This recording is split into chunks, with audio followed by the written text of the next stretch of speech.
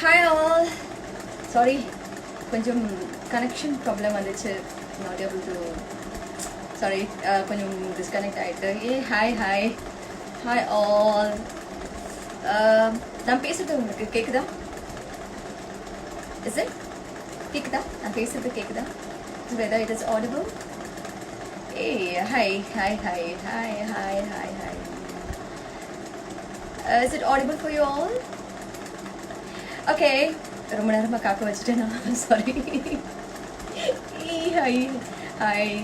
Hi Bala. இன்னைக்கு oh wow okay இன்னைக்கு என்ன ஸ்டோரினா today's story is like we finished chapter 1 yesterday about the 4 sisters. Today we are going to read the 2 princes, the next chapter. ஏற்கனவே லேட்டா வந்துட்டேன், so I will start. Yeah, thank you so much. Oh, thanks a lot. Thank you so much. Wow, thank you. Okay, now I will start reading the book. It's 2 Princes. We have unexpected guests, proclaimed Mandavi with elaborate enthusiasm. But her dramatic declaration failed to evoke the response she desired. The 3 other girls allowed her words to drift meaninglessly in the sun-warmed room and continued with what they were doing. The oldest among the 4, Sita, was distributing the morning prasad after having returned from her customary ritual of visiting the temple of goddess Gauri early morning. Sita's sister, Urmila, was getting ready to mix some fresh colors in the palette and settling down to her morning hours of marathon painting. The canvas was still blank. She hadn't painted a stroke. This meant Urmila was troubled, and it must be about Sita. Mandavi deduced perceptively. That girl worries too much about her sister. The quiet, efficient Sudha Kirti, her younger sister, was competently assisting both her cousins, getting out the colors for Urmila while helping Sita with the puja thali. They were a picture of contrast. Sita, elegant and ethereal, was slim and delicately framed, always meticulous and impeccably dressed. She was a girl of few words. Sudha Kirti was smart and striking with a long, thick mane of curly hair, framing a small, sharply cut face, illuminated by a large, dark, intense eyes. She was the youngest of the 4 sisters, but was the tallest of them all. Though all the 4 girls were quite tall, but Kirti, right now, seemed to almost tower over the fiercely voluptuous Urmila. Urmila's fetching roundness blenched her height. She was like the color she was blending so dexterously. Warm, vibrant, and sparkling, her quicksilver temper included. She had an effortless, easygoing manner that made her very agreeable.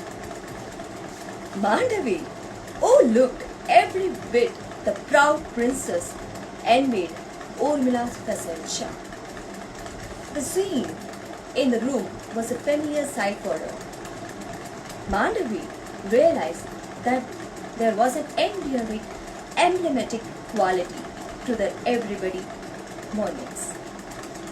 There lingered a certain sense of contentment in the sameness, and she felt a sudden urge to dispel it. Her opening words had evidently not made an impact, as each of the girls continued doing what they were busy with. I heard from the maids that 2 young and handsome princes of Ayodhya have arrived here. Mandavi persisted in her usual loud, authoritative voice. And that uncle has invited them to stay at the west wing of the palace. How many times have I told you not to overhear maids gossip? Urmila said perfunctorily, without paying any serious attention to what Mandavi was trying to say, blending the reds furiously with the yellow. As she helped Urmila get the right tone, Kirti suppressed a smile, a gesture that did not go unnoticed by Mandavi, throwing immediately her on the defensive. Whenever Kirti and Urmila got together, Mandavi felt absurdly left out, a sliver of jealousy snaking insidiously inside. She idolized her cousin and believed she was closest to her, as they were almost the same age. Kirti was a kid sister. She was not supposed to intrude into the eldest union. Mandavi's possessive streak went on an erratic overdrive, propelling her into an unreasonable elevation. But one gets to know so many things from them. She's that, but without betrayal. News you wouldn't get to know otherwise. One needs to be sufficiently aware and armed of information. As they say, an ear to the ground and eyes in the wall. You can't isolate yourself in the palace. She sniffed delicately. Mandavi was svelte and sylph-like and as tall as Urmila. But here the similarity ceased. Mandavi always stood tall and straight, sinewy and strong. Courtesy and astonishing equestrian skills, unlike Urmila's curvy, sensual softness, which made her appear more diminutive. Urmila had an open, vivacious countenance, an oval face, accentuated by a pair of wide-spaced, big, flashing eyes, a grim, pert nose, full rose bud lips, which curved often and generously in a potently appealing smile, and which none could resist. Mandavi appeared somewhat stern, with a solemn, steady eyes and straight lips, which rarely deigned to smile, giving the impression of deliberate aloofness and an air of cold aristocracy. Right now, her lips were pursed, dagger thin in indignant argument. That's what affairs of state and those of the palace are all about. You have to have your sources. You nourish them and they nourish you. Otherwise, how would we cloistered princesses know what's occurring in the world behind our tapestried high window chambers? Like charity, gossip starts at home, and so does politics. And anyway, these maids always have the most delicious things to tell you. It's idle entertainment, she sniffed wickedly. They talk, you listen. It should be the other way round, dear princess, Urmila reminded her. I seriously wonder how they come and tell you anything, said Kirti curiously. Mandavi, you seem so frightening and formidable otherwise. Do you give them generously? Oh, hush, girls. Sita laughed and pushed a morsel of the prasad in Urmila's mouth. Talk sweet, dear, she said affectionately. The four young girls engaged in such a banter all the time. There was no malice in it, not a shred of meanness. They were simply disarmingly frank with each other, brutally blunt sometimes. And why wouldn't they? They were sisters after all, and there was no need to be nice and good all the time. Urmila gulped down the prasad hurriedly and turned to Madhavi. And anyway, what's so unusual about guests coming over? Don't forget the philosophy conference which Father hosts each year at Mithila is on. Moreover, there will be a lot more coming in as Sita Swayamvar is just a week away. The palace is already brimming with people. Sita smiled complacently. The mention of an imminent marriage did not seem to excite her. Nothing seems to excite her. Urmila thought apprehensively. Sita was one of the most exasperatingly calm and unexcitable people she knew. Always composed, clear-headed and mild-mannered. But it was a wedding, and wasn't the bride to be supposed to be little more animated about one of the sorry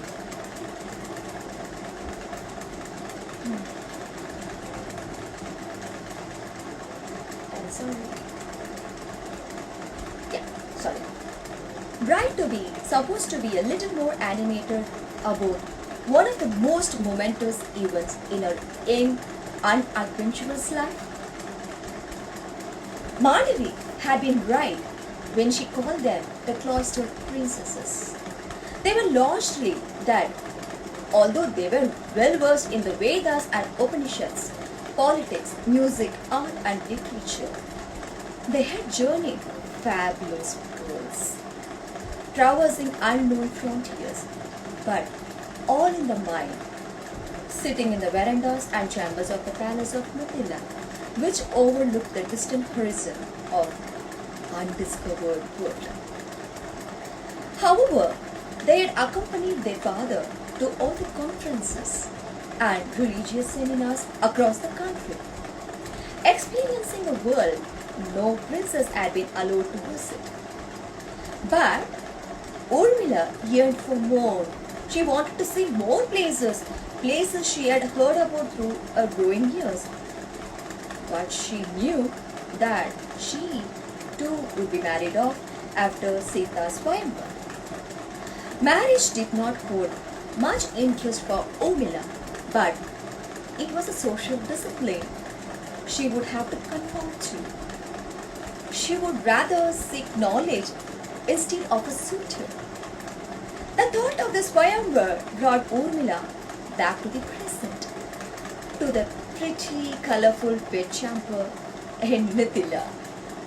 She stared at her elder sister intently.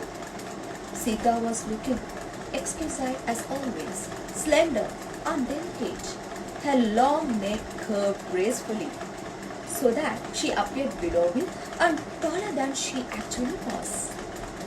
In azure blue silk, her favorite pastel color, she looked pale, but not an unhealthy pallid.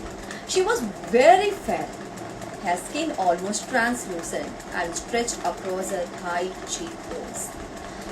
Her thick brows highlighted her slightly slanting eyes. Her arch-shaped face was suffused with a perpetual serenity and demureness. Despite the gentleness, Urmila knew that her elder sister had an indomitable will and strength of purpose, but she masked her emotions so smoothly that not a wrinkle furrowed her fat brows. Sita, aren't you happy about your wedding? Urmila asked abruptly. You seem so aloof, so nonchalant about it. It's not normal. What do you want me to do? Cavort in joy? Sita questioned with a soft laugh. I know it's my wedding, and of course I'm elated about it. Then show it. You don't look too thrilled or even remotely excited as brides often are. I am happy, dear, for how things will be. It is all planned. So, what is there to be so anxious about? The man who manages to break the famous Shivdanush shall be my husband. It's very simple, she explained sedately. Break the Shivdanush? Mandavi expostulated with a shake of her head. Just because you could wield it so easily as a child, Uncle wants some superhero to do the same. That bow is more than 8.5 feet long and so heavy that it needs around 300 people to lift it. It needs an enormous trolley to cart it around, and again another 300 people to push the cart to move it an inch. And Uncle has announced that whosoever wants to marry Sita can do so only after stringing the bow. I can't imagine anyone even shifting it. Forget lifting it. That's exactly the point, don't you see? Urmila asked quietly. It has to be an extraordinary man who can do that. And indeed, it is going to be an extraordinary man who will marry Sita. You have answered your own question, Urmila, said Sita amiably. And that's why I'm so calm about my wedding. I trust father. Urmila gave Sita a sharp look. There was always an air of quick, quiet acceptance about her. She was rarely confrontational like Urmila and thought it was a swayamvar. To marry a man of her choice, Urmila knew Sita was bound by her father's decision. But who would be that man who could achieve this monumental feat? And would that man be good enough for a good sister? The thought had been niggling at her relentlessly ever since her parents had planned Sita's swayamvar. Urmila sighed. She couldn't stop worrying about her elder sister. Sita was the gentlest, kindest, sweetest person, so achingly, implausibly nice, that seemed like a beautiful angel come down to earth. She was really an angel, her father always reminded her. She had been named Sita, the furrow, after the channel of love and hope in which her childless parents had found her as a bawling baby. This had happened while they were ploughing the fields as a part of the yajna they were performing. The beautiful baby had touched their heart and soul, and the childless king, Sirpach Janak of Videha, and his queen, Sunaina, had promptly adopted her as the first daughter. Janak, the philosopher king that he was, believed that Sita was actually the most poetic description for his daughter, a metaphor for vengeance and truthfulness and an unending blessing coming from the soil. The Bhumi, she was Earth's child, warm, rooted and life-giving. Urmila had been born a year later, a poet to Sita, right from the start. The two cradles had rocked in perfect harmony since childhood, as smooth and strong as a bond that was to blossom between the two girls. Completing the circle of love and laughter were Mandavi and Kirti, the younger cousins, the two chippy daughters of the widowed king Kushapaj, the king of Varanasi, and the younger brother of Shirapaj Chanak. And so about this princess, continued Mandavi, her authoritative tone breaking through Urmila's anxious thoughts. The older one is Ram, and Lakshman is his younger brother, and they are here with Rishi Vishwamitra. Sage Vishwamitra? Sita echoed, the surprise apparent in her voice. Urmila was intrigued. Uh, Vishwamitra was not a person whom anyone could meet easily. He was one of the most renowned and revered rishis of the country, a Brahma Rishi, a sage, who was understood the meaning of Brahman, the ultimate reality, and has attained the highest divine knowledge, Brahmajnana. The story, from what Urmila could recall, was that the rishi was previously a king. He was earlier known as King Kaushik, who clashed against none other than the mighty rishi Vasishtha, a Brahma rishi and the royal priest of the court of Ayodhya, and was shrouded. This defeat made him realize that the power obtained by penance was far superior to military strength. The humiliated king relinquished his kingdom and began his pursuit of the supreme and spiritual knowledge to become a bigger rishi than his rival, sage Vasishtha, and took on the name of Vishwamitra. After many trials and tribulations and the severest of penance and austerities, the sage at last received the title of Brahma Rishi from Vasishtha himself. Though Vishwamitra had changed his occasion, he could not change his essential nature. Like the glorious king he formerly was, the Brahma Rishi maintained his regal posture and arrogance, and was greatly feared for the same. The mightiest kings trembled before him. So, why had that mighty sage come to our father's kingdom? Wondered Urmila. And who were the two princes with him? Urmila's question were, but why are they with Rishi Vishwamitra? Urmila could not help asking. Sita nodded eagerly. Urmila's questions were swiftly answered by her voluble cousin, who was still gushing about the youngest princess of Ayodhya. It seems sage Vishwamitra asked King Dasharatha of Ayodhya for the help of his two sons, Ram and Lakshman, to kill some demons who were disrupting his penance in the Dandaka forest.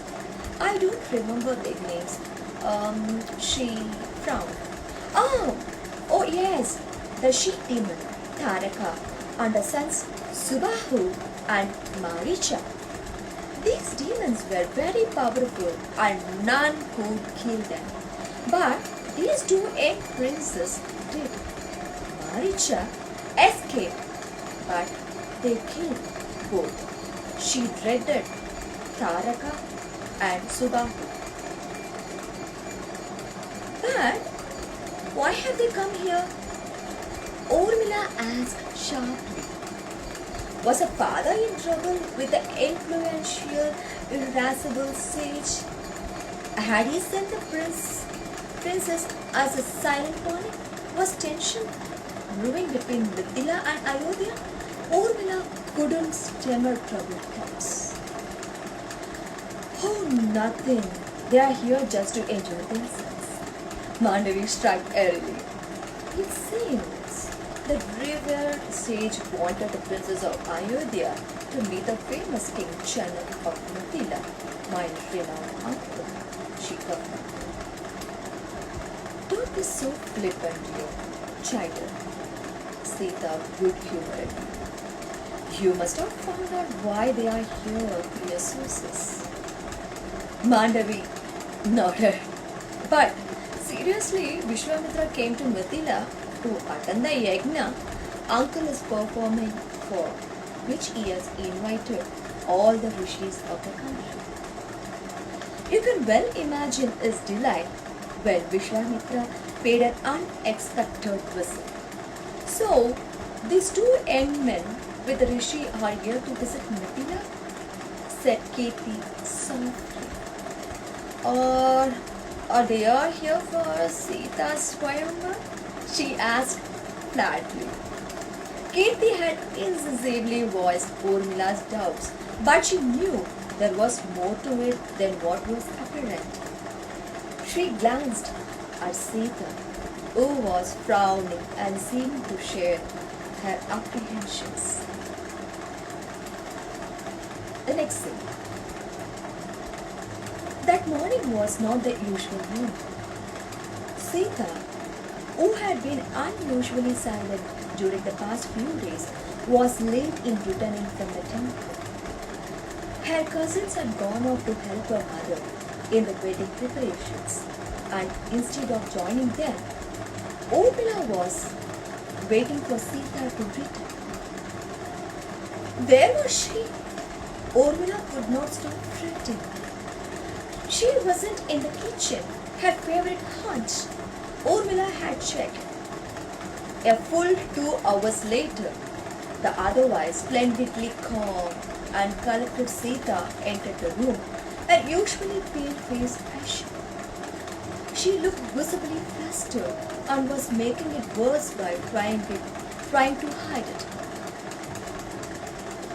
Why are you late? Grumbled Urmila. I have been waiting for you. When I'm supposed to help mother with the jewelry and father in compiling his text for visiting rishis, where had you disappeared? Urmila's indignation fell down when she realized her sister was barely paying attention to her. Urmila watched her roaming around the room restlessly till she could not take it anymore. She got up and took Sita's hands in hers. They were cold and troubling. What is it? She asked gently. You haven't been yourself lately? I noticed it but decided to let you be till you thought it right to disclose. Is there anything? What took you so long? Sita did not answer immediately, but looked at Urmila with the wide, frightened eyes of a trapped dog. What's wrong? Urmila repeated. Her sister's fear was beginning to affect her too, but she refused to act. I just met him again, blurted Sita with an uncharacteristic fumble. Urmila stared back at her vacantly, not comprehending her words. Sita made another effort to explain. I just met the Prince of Ayodhya in the garden and his brother Lakshman, she added hastily. And Urmila pressed kindly. Sita blushed prettily and profusely. The otherwise eloquent Sita, who could smartly retort with lucid clarifications or recite a quick couplet of poetry, seemed to be at a loss for the right words. All she did was play with her fingers. She needn't have explained. Urmila took a quick, informed guess. And measuring Sita's altering expressions and emotions, Urmila felt a huge sense of relief and delayed delight. Had Sita finally met a man? It's so extreme, said Sita with a sigh. It happened 3 days ago. I was on my way to the Gauri temple, as I always do every morning. And imagine my shock when I saw him. Then, standing right before me in the garden. I was in my own world, dreaming as usual, and almost walked into them. She laughed self-consciously. Responding to Urmila's inquiring look, she rushed quickly. They bowed and introduced themselves and said they were collecting flowers for the puja to be performed by Rishi Vishwamitra. Urmila did not interrupt but allowed her sister the luxury of time in explaining the most heart-stirring episode of her life, which seemed to have whipped up such an emotional upheaval in her. And all I could do was stare at him, and finally I nodded politely and fled without saying a word. Sita! Wailed Urmila in mock despair. You didn't? Oh, that's why I'm feeling so foolish now. What must he have thought of me? Some wide-eyed idiot who didn't have the etiquettes befitting a princess, she groaned in self-admonishment. You wide-eyed louder idiot, Urmila corrected teasingly. Don't! Sheeta begged. I have never felt so utterly stupid and incompetent before. And how did you guess it was love? She demanded indignantly. Here I am trying to assimilate my feelings and there you go, already jumping to this ridiculous conclusion. Urmila remained silent, her smile encouraging Sita to divulge further. Oh, Urmila, what do I do? I don't seem to be able to understand anything for the past 3 days, she said in open bewilderment. I saw him again today and I ran from there and have been sitting on the veranda steps for an hour trying to catch my breath and get back to my senses. I can't seem to think straight. There was a strange, strong pull I felt for him, which I simply could not push away. It was magnetic, mesmerizing. It is a spell. I can't seem to break off. She cried, as if in pain, but there was a serene glow about her, the first flare of love shining in her eyes, lighting up her face. It took Urmila's breath away. She could merely state in amazement at the plight of her sister. Could one meeting be so potent, so completely overwhelming, so irresistible, overpowering and devastating? Will you please come with me to the temple tomorrow morning? Sita asked in a small voice. I know you are not too fond of visiting the temple, but I guess I shall feel a lot braver if you're there. In case you bump into him again, Urmila said mischievously. This time, please improvise and plan, write and memorize what you're going to say to him. No, but I shouldn't be meeting him. Should I? Sita asked suddenly, getting up in nervous apprehension. I should not be. I'm supposed to be getting married in a week's time. And what I'm doing, thinking about a stranger. Why can't I stop thinking of him? She cried in self-mortification. This is madness. What am I thinking of? She said in utter despair. Calm down.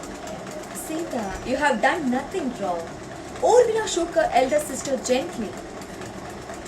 You are getting agitated and self-flagellating for an imagined crime. You can't stop going to the temple because there may be slim chance that you might meet him. Can you? So, let's take tomorrow as it comes. We go together to the temple and I shall pray for you too. Okay. There are 2 more scenes to finish this chapter.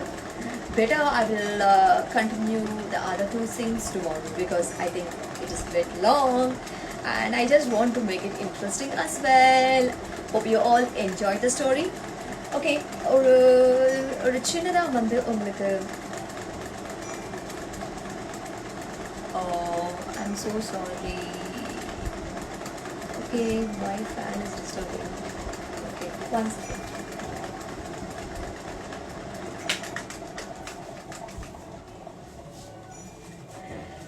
Okay, I'm sorry. Yeah, and ஒரு சின்ன ஒரு recap உங்களுக்காக.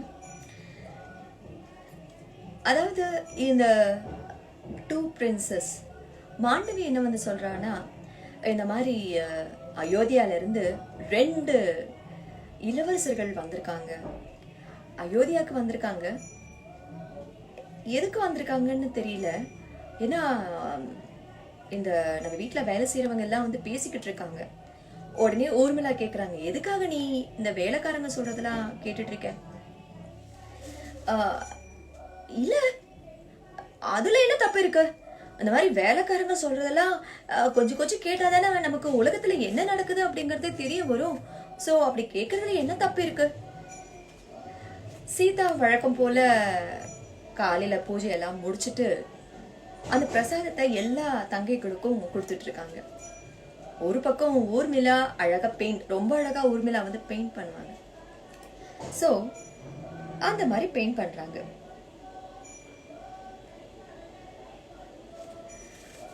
இதெல்லாம் ஒரு பக்கம் நடந்துகிட்டு இருக்கு. கீர்த்தி சின்ன தங்கச்சி, இப்ப எல்லா பிரின்சஸும் வளர்ந்துட்டாங்க, கல்யாண வயசு வந்துருச்சுன்னு சொல்லலாம், வளர்ந்துட்டாங்க. சோ கீர்த்தி சீதாவுக்கும் சரி ஊர்மிளாவுக்கும் சரி சமமா ஹெல்ப் பண்ணிக்கிட்டு இருக்காங்க.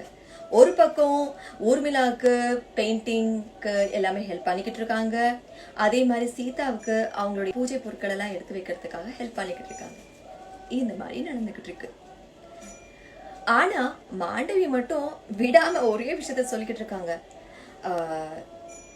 அதாவது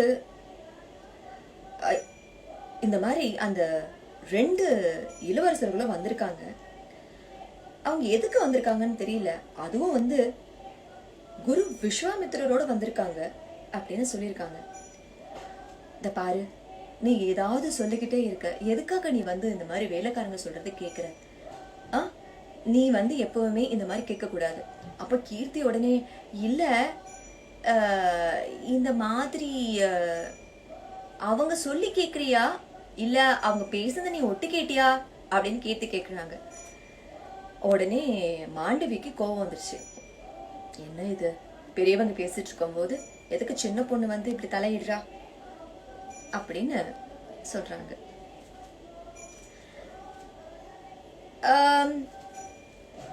அப்புறமா ஓகே, இந்த இரண்டு இளவரசர்கள் எதுக்கு வந்திருக்காங்கன்னு தெரிஞ்சுக்கணும்னு சொல்லும் போது அப்பதான் சொன்னாங்க, ஒருவேளை இந்த தண்டக்கா காட்டுக்குள்ள 2 பெரிய அரக்கர்கள் இருக்காங்க, 3 அரக்கர்கள் இருக்காங்க, ஒருவேளை அவங்களை கொல்றதுக்காக தான் கூப்பிட்டுருக்காங்களோ என்னவோ அப்படின்னு மாண்டவே சொல்ல, உடனே ஓ அதுக்காக தானா அப்படின்னு சொல்லிட்டு அதுக்கப்புறம் உண்மையான விஷயம் என்னன்னு சீதா கேட்க, இல்ல மாமா இப்ப வந்துட்டு ஜனக மகாராஜா வந்து ஒரு பெரிய யாகம் பண்ண போறாருல, அதுக்காக எல்லா ரிஷிகளையும் கூப்பிட்டுருக்காங்க, அதனாலதான் இந்த 2 பேரும் வந்திருக்காங்க அப்படின்னு சொல்றாங்க.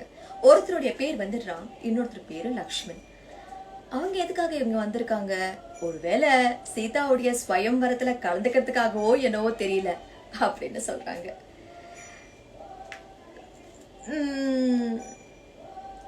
அடுத்த நாள் காலையில வழக்கம் போல சீதா கோவிலுக்கு போறாங்க. போயிட்டு வர்றதுக்கு லேட் ஆகுது. ஊர்மிளா வழக்கம் போல தேடுறாங்க. ஆனா சீதா வந்த உடனே ஊர்மிளா என்ன ஆச்சுன்னு கேக்குறாங்க. ரொம்ப பதட்டத்தோட இருக்காங்க சீதா. சீதா என்ன ஆச்சு உனக்கு? எதுக்காக இவ்வளவு பதட்டத்தோட இருக்க? என்னன்னு தெரியல, எதுவுமே பேசாமல் இருக்கா. கொஞ்ச நாள் கழிச்சு நான் அவரை பார்த்தேன். யாரை பார்த்தேன்? நான் அவரை பார்த்தேன், ஆனால் ஒன்றுமே பேசாமல் வந்துட்டேன். அவர் எனக்கு வணக்கம் சொன்னார், ஆனால் நான் எதுவுமே பேசாமல் வந்துட்டேன். எதுவுமே பேசாமல் வந்துட்டியா? என்ன சொல்கிற? ஓ, இல்லை, அவர் என்ன நினச்சிருப்பாரோ தெரியல. ஒருவேளை கொஞ்சம் கூட ஒரு பேசிக் மரியாதை கூட தெரியாத ஒரு பொண்ணா இவ அப்படின்னு நினச்சிருப்பாரோ. எனக்கு ஏன் இப்படிலாம் தோணுது? ஏன்னா ஒரு வாரத்தில் எனக்கு சுயம்வரம், எனக்கு கல்யாணம் நடக்க போகுது. ஆனால் இந்த மாதிரி இன்னொருத்தர் வந்து என்னை பார்த்துருக்காரு, நானும் அவரை பார்த்துருக்கேன். எனக்கு என்ன பண்ணுறதுன்னு தெரியலையே. ஊர்மிளாக்கா அப்போ தான் புரிய ஆரம்பிச்சது. ஏதோ ஒரு விஷயம் நடந்திருக்கு. ஒரு வேளை காதலில் சீதா விழுந்துட்டாலோ அப்படின்னு நினச்சிக்கிட்டா. சீதா உடனே சொன்னா, நம்ம நாளைக்கு கோவிலுக்கு போகும்போது நான் தனியாக போக மாட்டேன், என் கூட நீயும் வரியா அப்படின்னு கேட்குறான். ஸோ இது வரைக்கும் நம்ம வந்து படிச்சிருக்கோம். நீதி கதையை நம்ம நாளைக்கு படிப்போம். அஃப்கோர்ஸ் சில புராணங்களை நம்ம தெரிஞ்சுக்கும் போது சில நேரங்கள் அது இன்ட்ரெஸ்டிங்காக இருக்கும், நமக்கு பிடிச்ச மாதிரி இருக்கும். At the same time we all should read something interesting and very useful for our life. Okay.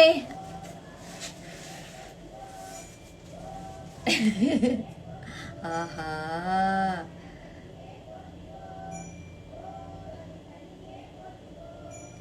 Okay. Hi. Thank you so much. Yes, நாளைக்கு வந்து டூ பிரின்சஸ்ல இன்னும் 2 சீன்ஸ் இருக்கு. அந்த 2 சீன்ஸ் நாளைக்கு உங்களுக்காக நான் வந்து படிக்கிறேன். ஏ ஹாய் சொல்லிட்டேன் Mala. Okay thank you so much guys. Oh my god. Thanks a lot. Oh, thank you so much. Thank you so much. Hey, hi Deva. Hi Eril. Okay, நாளைக்கு டூ பிரின்சஸ் உடைய continuation இருக்கு. So stay with me and நான் சென்னை பொண்ணு. Stay with me. நாளைக்கு two princess உடைய 2 more scenes நம்ம continue பண்ணலாம். So stay with me and let's read together. Love you all. Take care. Bye-bye.